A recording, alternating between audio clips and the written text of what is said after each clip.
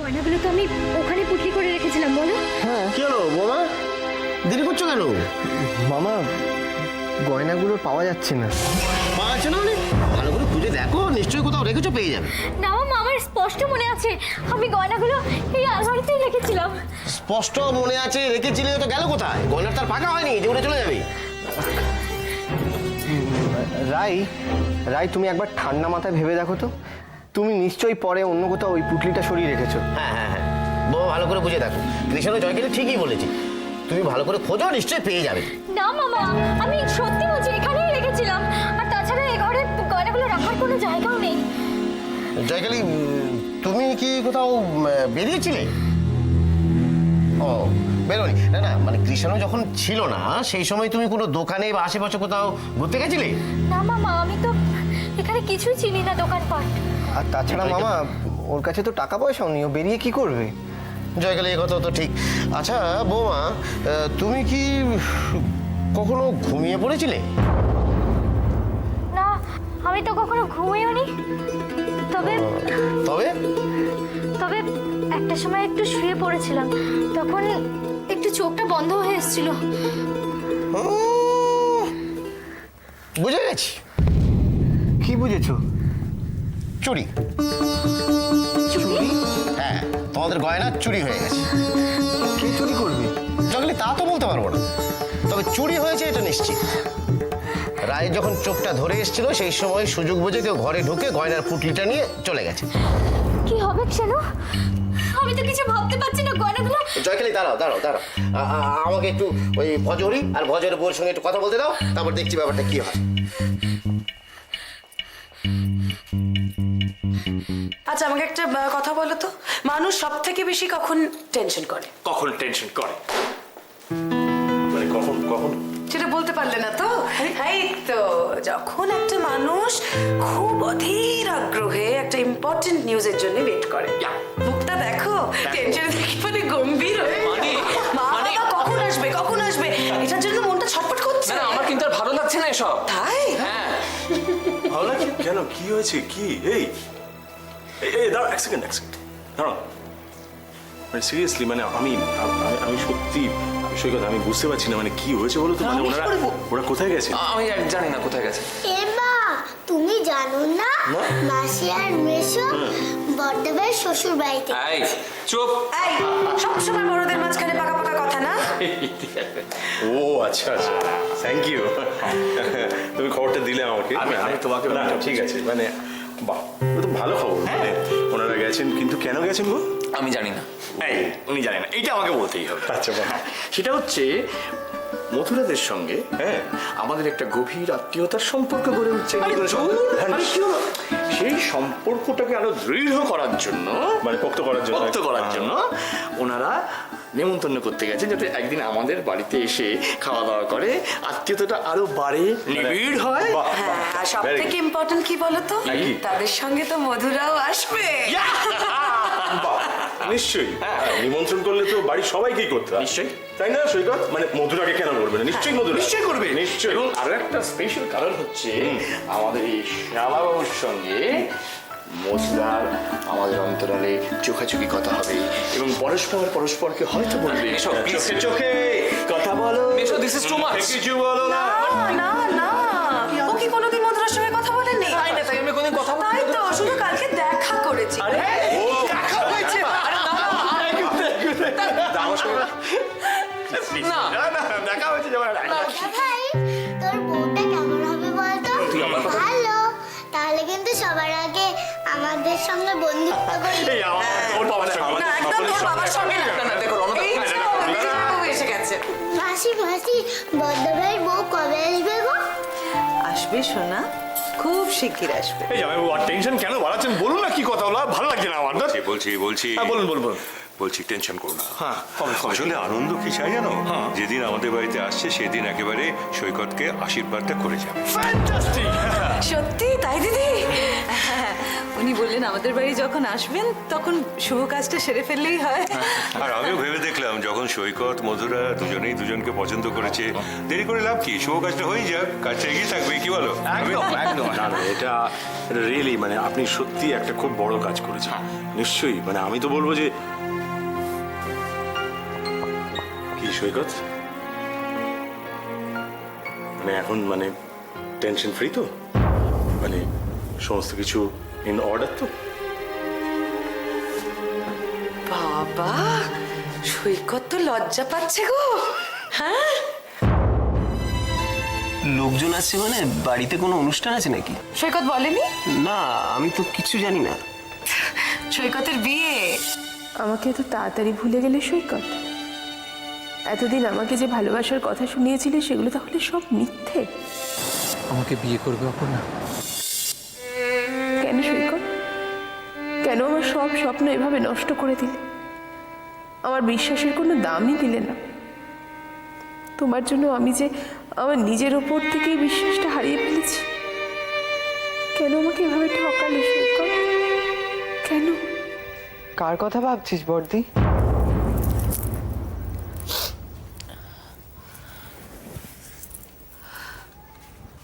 ছদ্দির কথা, তাই না? কিছু ভাবিস না, ছদ্দি ভালোই আছে। কৃষাণদার সাথে ও খুব সুখেই থাকবে, দেখিস। তাই যেন হয় সুজন। মেয়েটা শেষ কটা দিন বড্ড কষ্ট পেয়েছে। কিন্তু আমি ভাবছি অন্য কথা। রঞ্জনা মাসি ওই গয়নাগুলোর জন্য বাড়ির সবাইকে যা নয় তাই বলে অপমান করেছে। ঠিকই তো করেছে। ওদের ছেলের সঙ্গে রাইয়ের বিয়েটাও হলো না, শুধু শুধু অতগুলো দামি গয়না ফেরত চাইবে না বল? কিরে ভাই বোনে মিলে কি এত আলোচনা হচ্ছে? হ্যাঁ না রে দাদা, খুব জরুরি কথা। রঞ্জনা মাসি যে গয়নাগুলো ফেরত চেয়েছে, কি করা যায় বল তুই ব্যাপারে? অপু, তোরা এটা নিয়ে আর চিন্তা করিস না। আমি তো রঞ্জনা মাসির কাছ থেকে 2 দিন সময় চেয়ে নিয়েছি, ঠিক একটা ব্যবস্থা হয়ে যাবে। আচ্ছা দাদা, একটা কাজ করলে হয় না? বল। আমি কৃষাণুদার মেসে গিয়ে ব্রজগোপাল বাবুর কাছ থেকে এখন কৃষাণুদা কোথায় আছে সেইটা জেনে আসি। কিন্তু কৃষাণুদের ঠিকানা জেনে আমরা কি করব? আরে বুঝলি না, আমি ছোটদির কাছ থেকে গয়নাগুলো চেয়ে আনবো। আমি জানি ছোটদির কাছে গয়নাগুলো চাইলে ছোটদি দিতে একটুও দ্বিধা করবে না। এটা তো আমাদের কারোর মাথাতেই আসেনি।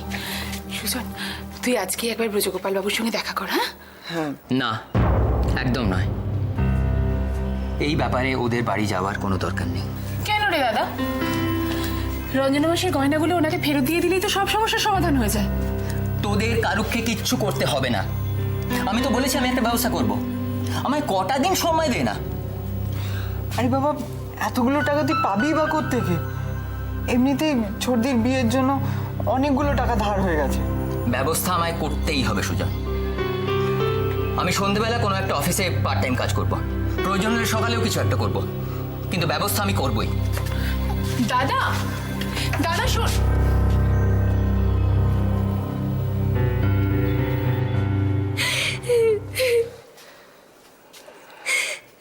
রাই, কেঁদো না। কি হলো বলছি না, কেঁদো না। আচ্ছা কি হচ্ছেটা কি? কিন্তু কি হবে? উল্টে তোমার শরীর খারাপ হবে, কেঁদো না। আমি কি করব বলো? আমি কিছু ভাবতে পারছি না। অতগুলো দামি দামি গয়না যদি ফেরত দিতে না পারি। আচ্ছা তুমি কেন কিছু করতে যাবে? দেখো আমার দিকে দেখো, এতে তোমার কোনো দোষ নেই। না গো, সব দোষ আমার। আমি যদি ওইভাবে ঘুমিয়ে না পড়তাম তাহলে তো গয়নাগুলো চুরি হয়ে যেত না। আমার জন্য কত ক্ষতি হয়ে গেল আমাদের। রাই, রাই তুমি ওভাবে ভাবছো কেন? হ্যাঁ, কপালে যদি চুরি লেখা থাকে তাহলে গয়নাগুলো অন্য যে কোনো সময় চুরি হতেই পারতো। শুধু শুধু নিজেকে দোষ দিও না। চলো ভেতরে চলো।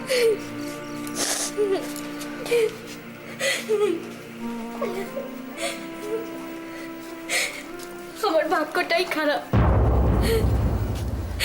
ছাড়ো তো, মাঝে মাঝে মনে হয় তোমাকে আমার জীবনের সাথে জড়িয়ে আমি কোনো ভুল করিনি তো। রাই, তুমি এই কথাটা বলতে পারলে? তুমি জানো না তোমার ছাড়া আমার কোনো অস্তিত্ব নেই।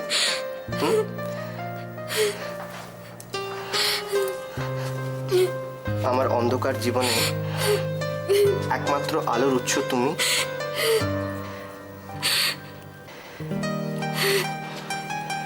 কিন্তু তুমি আমায় ভালোবেসে কি পেলে বলো? আমার জন্য তোমাকে কত অপমান সহ্য করতে হয়েছে, এমনকি গলা ধাক্কা। হ্যাঁ, কিন্তু সেসবের পরেও আজ আমি বুক ফুলিয়ে গর্বে বলতে পারি, রাই তুমি শুধু আমার।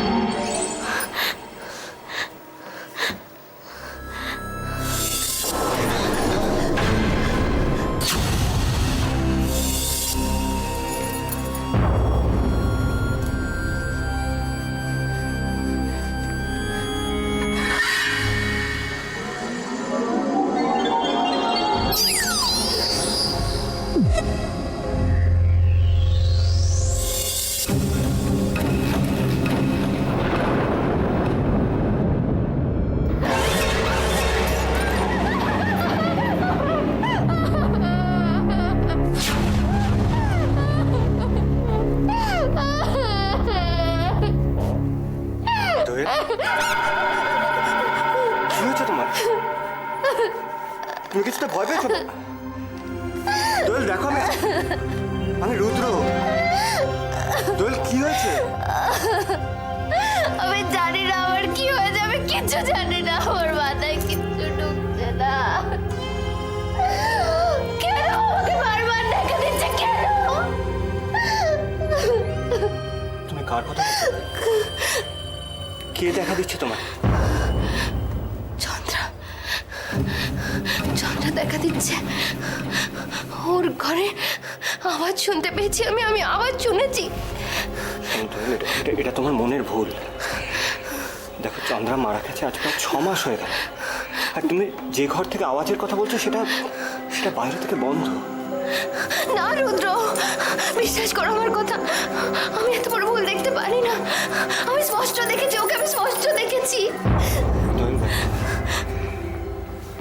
আমার মনে হয় তুমি চন্দ্রার কথা ভাবতে ভাবতে তোমার অবচেতন মনে চন্দ্রার একটা ছবি আটকে রয়েছে, তাই জন্য তোমার সাথে এরকম হচ্ছে। তোমরা আমাকে যতই বোঝাবার চেষ্টা করো, আমি সত্যি দেখেছি। আমি নিজের চোখে কিছুতেই অবিশ্বাস করতে পারবো না, কিছুতেই না, কিছুতেই না। আমি দেখেছি। শোনো, যদি সত্যিই চন্দ্রা থাকে তাহলে বাড়ির অন্য কেউ দেখতে পাচ্ছে না কেন? তুমি একা দেখতে পাচ্ছ কেন? সেটাই তো বুঝতে পারছি না, সেটা তো আমি কিছুতেই বুঝতে পারছি না। এসব কেন আমার সঙ্গে হচ্ছে, শুধু কেন আমার সঙ্গে হচ্ছে?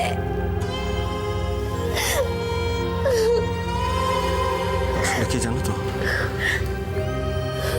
চন্দ্রা তো আমাকে পাগলের মতো ভালোবাসতো, তাই মনে হয় আমাকে ভুলতে পারছে না। এসব আমি বিশ্বাস করি না, এসব আমি কিচ্ছু বিশ্বাস করি না। এইসব কোনো কারণই হতে পারে না। এর মধ্যে নিশ্চয় অন্য কোনো রহস্য আছে। দেখো, এর মধ্যে নিশ্চয় অন্য কিছু আছে, অন্য কিছু। দোয়েল, এটা তো আমিও বিশ্বাস করি না, কিন্তু তুমি যখন এতবার করে বলছো তখন নিশ্চয়ই। দেখ, এসব কথা বাদ দাও। আমি ভাবছি এখন তুমি কি করবে? আমি কি করব মানে? এই ঘরে তুমি একা একা থাকতে পারবে? কেন পারবো না?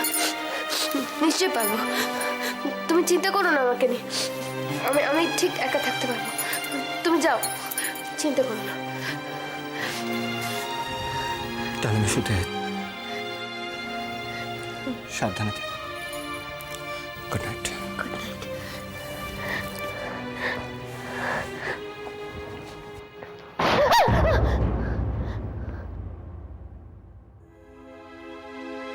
ছোটবেলা থেকে সবাই আমাকে বলতো আমি নাকি খুব সাহসী মেয়ে। তাহলে আজ একটা সামান্য ব্যাপারে কেন আমি শুধু শুধু ভয় পাচ্ছি? না, আর ভয় পেলে চলবে না। এবার আমাকে শক্ত হতেই হবে। কি যে করব? বাবা দেখছি মধুরার সঙ্গে বিয়েটা একবার ঠিক করেই ফেললো। আশীর্বাদের দিন পর্যন্ত ফিক্স করে দিল। আর আমার বাড়ির লোকেরা হয়েছে তেমনি, বিয়ে দিয়েই ছাড়বে একবারে। ধর, আমি কিছুতেই বিয়েটা করতে পারবো না। যে করে হোক আটকাতেই হবে। কি করে? মধুরাকে ফোন করবো একটা, ওকে বলবো, ওই পারবে।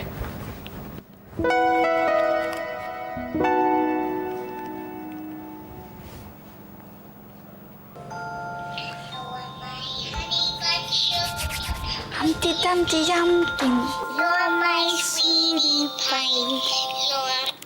হ্যালো, বলো। আমি কি তোমাকে ডিস্টার্ব করলাম ফোন করে? ধ্যাৎ, না না, বলো না কি বলবে। তা হঠাৎ আমাকে ফোন, কি ব্যাপার? বলছি কি, আমরা তো শুধুই বন্ধু, তাই তো মধুরা? আমি তো তাই জানতাম। কেন, তোমার সন্দেহ আছে? তাহলে বন্ধুত্বের খাতিরে আমি তোমাকে একটা রিকোয়েস্ট করতে পারি, রাখবে? এ তো হেজিটেট করো না তো, কি বলবে বলো। তুমি তো জানো যে তোমার বাবা আসছেন আমাকে আশীর্বাদ করতে। সেটাকে আটকাতে পারবে? মানে এখনই আমি বিয়েটা করতে চাইছি না। কেন, তোমার এক্স গার্লফ্রেন্ড কি ফিরে এসেছে? বন্ধুরা, আমি সিরিয়াসলি বলছি কথাটা, প্লিজ বোঝার চেষ্টা করো। একমাত্র তুমি পারবে কিন্তু এটা করতে, তোমার পক্ষে সম্ভব।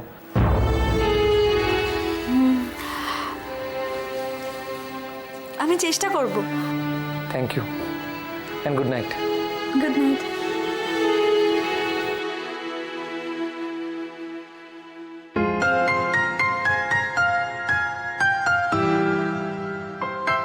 মধুরা মেয়েটাকে আমার কিন্তু বেশ পছন্দ হয়েছে। মেয়েটাকে দেখতে যেমন সুন্দর, কথাবার্তাও তেমনি ভালো। আমি তো তোমাদের বলেছিলাম আমার বন্ধুর এই মেয়ের সঙ্গে বিয়ে হলে সৈকতের সঙ্গে খুব ভালো মানাবে। না, তোমার পছন্দের তারিফ করতেই হবে। তাহলে বলো। আরে বাবা, দিবাকর দেবরায়ের ছেলের বিয়ে, যে কোনো মেয়ে পছন্দ করলে হবে, দেখে শুনে নিতে হবে না? আমি কিন্তু বলে দিলাম, মধুরার জন্য শাড়ি গয়না সব আমি কিনব। বেশ তো, কেন? তবে তুমি একটু মধুরাকে ফোন করে জেনে নিও ওর কেমন পছন্দ। কেন, আমার পছন্দের উপরে তোমার ভরসা নেই? এই দেখো, আমি কি তাই বললাম নাকি? আরে তোমার পছন্দ, ওরে বাবা, আজ অব্দি তুমি যা কিছু আমার জন্য কিনে দিয়েছ, আমি কোনোদিন বলেছি কিছু বলো? কোনো অপছন্দ করেছি? তাহলে তাহলে সুতপা অ্যাকচুয়ালি ওরা তো আজকালকার মেয়ে না, আমাদের দিনকাল তো আর নেই, সেটা তো পাল্টে গেছে। ভেতরে এসো। আরে নিতাই, দাদাবাবু আপনার একটা চিঠি। আমার চিঠি?